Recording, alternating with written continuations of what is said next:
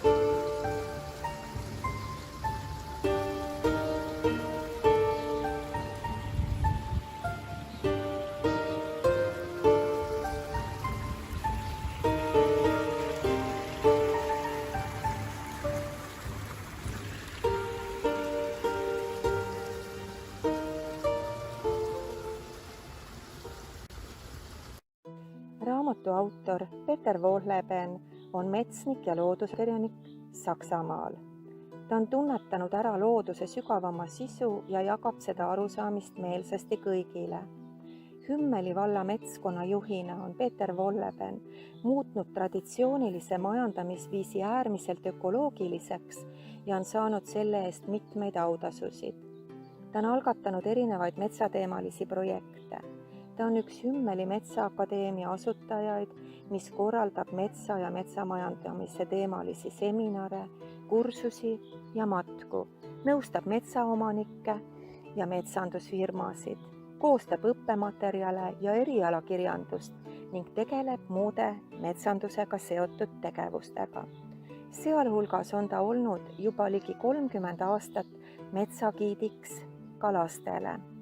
Lisaks sellele lasteraamatule on ta kirjutanud mitmeid raamatuid ka täiskasvanutele. Oma pikaajalise kogemuse najal kirjeldab ta lihtsalt, arusaadavalt ja köitvalt looduse füsioloogiat ehk omavahel tihedalt seotud toimimist. Peter Wohlleben läheneb metsale täiesti uudsel moel, võrreldes puude elu inimühiskonnaga. Ta kirjeldab, kuidas puud toimivad isetult, kokkuhoidva ja üksteist toetava kogukonnana ja kuidas aidatakse ka vanemaid ning väeteid, sest hinnatakse nende elutarkust ja kogemust.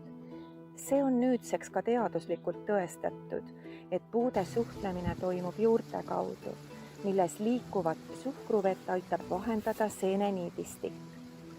Selline infovahetus toimib justkui maa-aluse internetivõrgustikuna ja selle teaduslikku tõestust esitab Eesti Televisiooniski näidatud 2016. aastal Saksamaal valminud dokumentaalfilm Arukad puud, milles teadlastega koos raamatu autorgi esineb.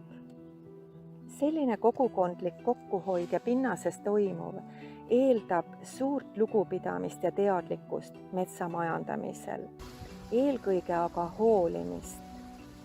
Autor kirjeldab puid tarkade olenditena, kes peavad õigesti tunnetama, millal on õige aeg lehti langetada ja puupungi avada, kaitsta end kahjurite eest ja nii edasi.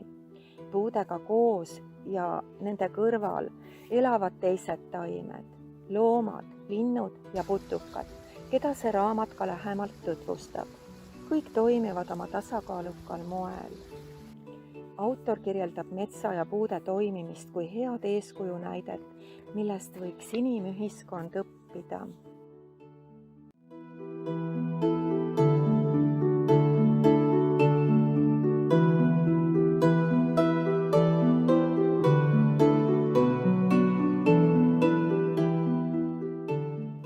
Oma raamatutes, nii nagu selleski, milles on lastele ka katsete tegemise soovitusi ja valikvastuste ning selgitustega küsimused, õpetab ta loodusest enam hoolima. Eelkõige hoolimine peaks olema kõigis, kes loodusega mingil viisil tegelevad või majandavad. Siis oleks asjad õigesti.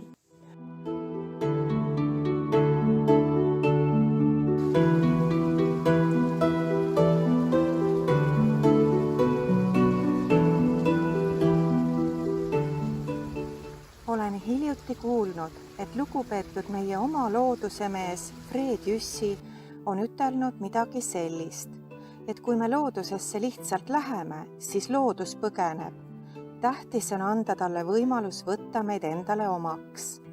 Need ongi täiesti erinevad lähenemised. Sellist omaks võtmist saame võimaldada suhtumise muutmise, hoolimise ja osaduse suurendamise läbi, teadvustades ka seda, kuidas loodus meid abistab. Ta tasakaalustab, tervendab ja väestab. Meie aga peame igal hetkel meeles pidama seda, et mõte loeb.